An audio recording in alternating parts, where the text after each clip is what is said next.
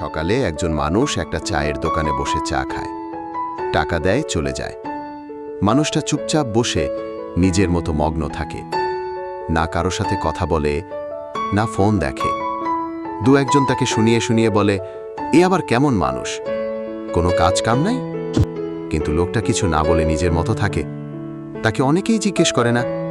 এইভাবে লোকটা প্রতিদিন আসে, চা খায়, চুপচাপ যাওয়ার পরে একদিন সে আর আসলো না। দোকানদার একটু অবাক। তারপর কিছুদিন যাওয়ার পরে হঠাৎ করে একদিন ঘটল চমকে যাওয়ার মতো ঘটনা। টিভিতে সবাই মিলে সংবাদ দেখছিল।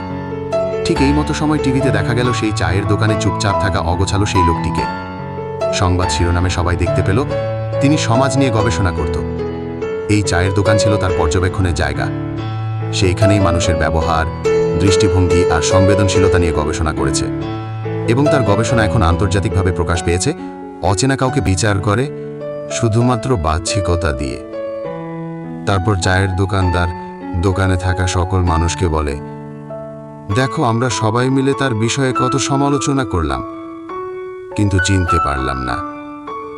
দোকানদার একটু হতাশ হয়ে বলল, আমরা সব সময় যা দেখি তাই সত্যি নয়।